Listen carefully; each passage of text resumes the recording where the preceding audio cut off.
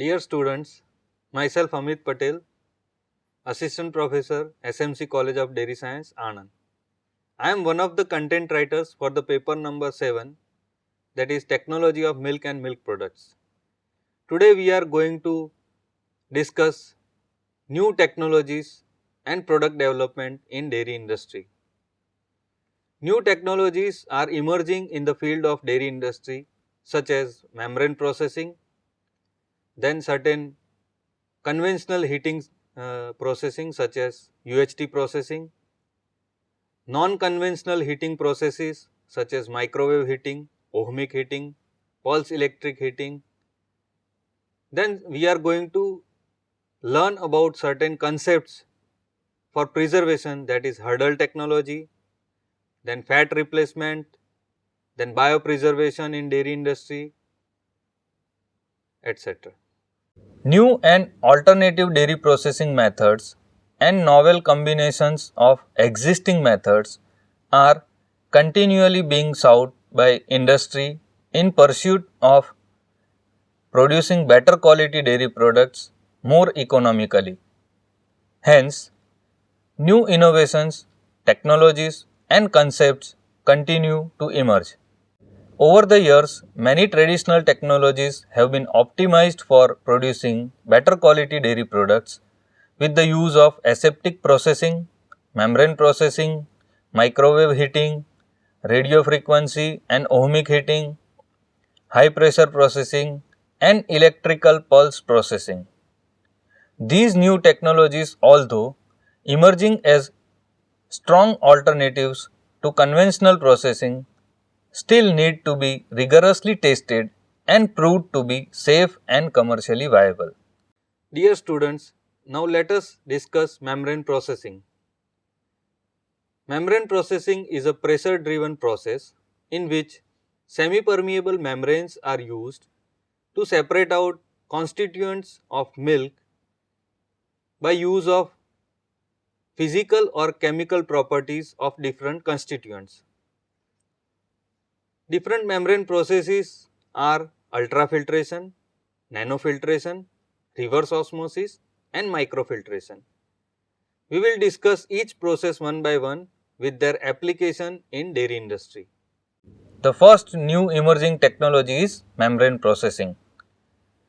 The pressure driven membrane processes are based on the ability of semi-permeable membranes of appropriate physical and chemical nature to discriminate between molecules primarily on the basis of size and to a lesser extent on shape and chemical composition. The main membrane system in ascending order of pore size are reverse osmosis, nanofiltration, ultrafiltration and microfiltration. The first and foremost used membrane processing application in dairy industry is through ultrafiltration. Ultrafiltration has a wide range of applications in the dairy industry. Ultrafiltration membranes allows separation of smaller molecular weight substances ranging from 10,000 to 75,000 Daltons with operating pressure ranging between 10 to 200 psig. Ultrafiltration produces from milk a permeate containing water, lactose, soluble minerals, non-protein nitrogen and water soluble vitamins and a retentate in which proteins, fats and colloidal salts content increases in proportion to the amount of permeate removed. The ultrafiltration process has been used for milk protein standardization, deproteinization of whey, fractionation of proteins, preparation of biological peptides, manufacture of rasgulla mix powder, preparation of protein rich milk, low lactose powder, manufacture of milk protein concentrates, manufacture of whey protein concentrates or isolates, etc. Ultrafiltration process has also been used for the manufacture of several fermented dairy products like yogurt, Srikhand and various types of soft and semi-soft varieties of cheeses. Second membrane processing is Reverse osmosis. Reverse osmosis is essentially a dewatering technique. It can be used for pre-concentration of liquid feed for different purposes. The reverse osmosis membranes are characterized by a molecular weight cutoff of nearly 100 Daltons and pressure involved are 5 to 10 times greater than those used in ultrafiltration. The potential applications of reverse osmosis technology are bulk transportation of reverse osmosis concentrated milks, pre-concentration of milk for khoa making and spray drying, utilization of pasteurized reverse osmosis concentrate in place of market milk, partial concentration of whey, and partial concentration of buttermilk. Third important membrane process is nanofiltration. Nanofiltration is a demineralization process. Acid whey can be partially demineralized to about 40%, particularly with respect to the monovalent ions, and concentrated simultaneously to approximately 25% total solids using nanofiltration process. It separates particles with molecular weight in the range of 300 to 1000 Daltons. The operating pressures required are nearly 300 psig. Another membrane processing is through microfiltration. Microfiltration is essentially used as a clarifying process to remove macromaterials and suspended solids, milk fat globules, bacteria and colloidal particles. In microfiltration membranes with pore size ranging from 0.1 to 10 micron and the operating pressure in the range of 1 to 25 psig are used. The most significant application of microfiltration in dairy industry is for selective separation of bacteria from milk. Another emerging technology in the field of dairy industry is UHT processing. Ultra high temperature or UHT processing of milk refers to a processing know-how wherein milk is heated to a temperature of 135 to 150 degrees Celsius for 2 to 10 seconds in a continuous flow and subsequently packaged under aseptic conditions in sterile containers. Processing in a continuous system involves pumping the product to heat exchanger, heating, holding for fixed duration in holding tubes, flash cooling in heat exchanger, followed by packaging in a neat and sterile containers. There are two major types of steam or hot water based on continuous flow UHT processing systems. The first is indirect heating, where heating medium and product, that is milk, does not come into contact with each other, and second UHT processing system is direct heating, in which steam is infused in a medium, that is milk, for UHT processing. In case of indirect heating system, heating of milk to the sterilizing temperature can be achieved in heat exchanger based on corrugated plates, tubes or scrap surface cylinders. Whereas direct heating UHT system involves either injection of steam into milk or spraying of milk in a steam filled chamber, which is also known as infusion. Ohmic heating. Ohmic heating is also known electric resistance heating, direct electric resistance heating, electroheating and electroconductive heating. The most important benefit of ohmic heating is that heating is very rapid and uniform. The process is ideal for shear sensitive products. Ohmic heating can heat the food continuously without needing the hot heat transfer surface or of a scrap surface heat exchangers or tubular heat exchanger. The process is quiet in operation as rotating parts are not used in the system to ensure temperature uniformity. A high level of control and automation ensure safety during the operation. Finally, it is easier to design a heating machine temperature profile that will ensure sterility because heat is generated within the solids independent of thermal conductivity through the liquid. Microwaves are a form of electromagnetic radiation characterized by wavelength of 300 MHz to 300 GHz and frequency. Microwaves used in the food industry for heating are of ISM, that is industrial, scientific and medical frequencies ranging from 900 MHz to 2450 MHz corresponding to 12 or 34 cm in wavelength. In this frequency range, the dielectric heating mechanism dominates up to moderated temperatures. Polar molecules, the dominant water, try to align themselves with the rapidly changing direction of the electric field. The energy to achieve this alignment is taken from the electric field. When the field changes direction, the molecules relaxes and the energy previously absorbed is dissipated into the surroundings, that is directly inside the food. This means that the water content of the food is an important factor in the microwave heating performance of foods.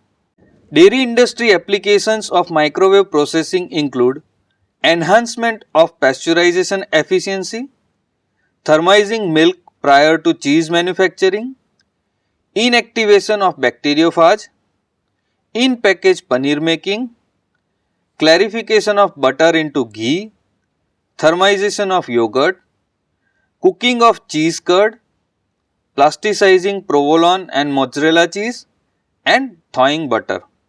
The application of hydrostatic pressure to food results in instantaneous and uniform transmission of the pressure throughout the product independent of the product volume. The hydrostatic treatment is unique in that the effects do not follow a concentration gradient nor do they change as a function of time. Other advantages include the absence of chemical additives and operation at low or ambient temperatures so that the food is essentially raw. Hydrostatic pressure is a physical treatment that will not cause extensive chemical changes in the food system. Once the desired pressure is reached, it can be maintained without the need for further energy input. Liquid foods can be pumped to a treatment pressures, held and then decompressed aseptically for filling as with other aseptic processes. The application of high pressure processing to food preservation started around 1900 when Haidt and his co-workers investigated its effect on food microorganisms by subjecting them to a pressure of 650 megapascal and found a reduction in the viable number of the microbes. Pulsed electric field heating. High intensity pulse electric field processing involves the application of pulses of high voltage, typically in the range of 20 to 80 kilowatt per centimeter, to foods placed between two electrodes. Pulse electric field treatment is conducted at ambient, subambient or slightly above ambient temperatures for less than 1 second, as a result of which the energy loss due to heating of food is minimized. Pulse electric field technology is considered superior to traditional heat treatment of foods because it maintains food quality by avoiding or greatly reducing detrimental changes to the sensory and physical properties of foods. The use of pulse electric fields for inactivating microorganisms is promising non-thermal processing method that can be used for pasteurization and possibly also sterilization with the integration of other processing parameters such as pH, ionic strength, temperature and high pressure processing. Osmotic dehydration. The concentration of food products by product immersion in a hypertonic solution is known as osmotic dehydration. Osmotic dehydration consumes less energy compared to air drying and freeze drying because water removal occurs without a phase change. Heat damage to the food product is minimum in case of osmotic dehydration as the product is not subjected to a high temperature for extended periods. Successful attempts have been made to dehydrate traditional Indian dairy products such as rasmalai, rasgulla and paneer using osmotic dehydration technology. Another very important preservation technology is hurdle technology. Hurdle technology is a concept in which three or more preservation parameters known as hurdles are employed in suitable combination and every hurdle is used at optimum level so that damage to the overall quality of food is kept to a minimum. Hurdle technology has been tried for preservation of several Indian dairy products such as milk cake, paneer and paneer curry. Biopreservation. Biopreservation refers to the extended storage life and enhanced safety of foods using their natural or controlled microflora and or their antimicrobial products. The diverse group of lactic acid bacteria synthesize a variety of inhibitory substances such as organic acids, carbon dioxide, hydrogen peroxide, diacetyl, bacteriocins, etc., which prevent the development of undesirable bacteria. Now let us discuss some of the product developments in dairy industry. Consumers' demands keep changing over time.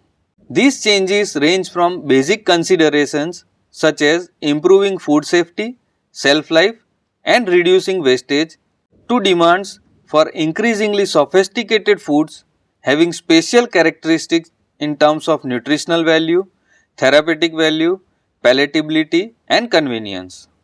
One such development in dairy industry is probiotic foods.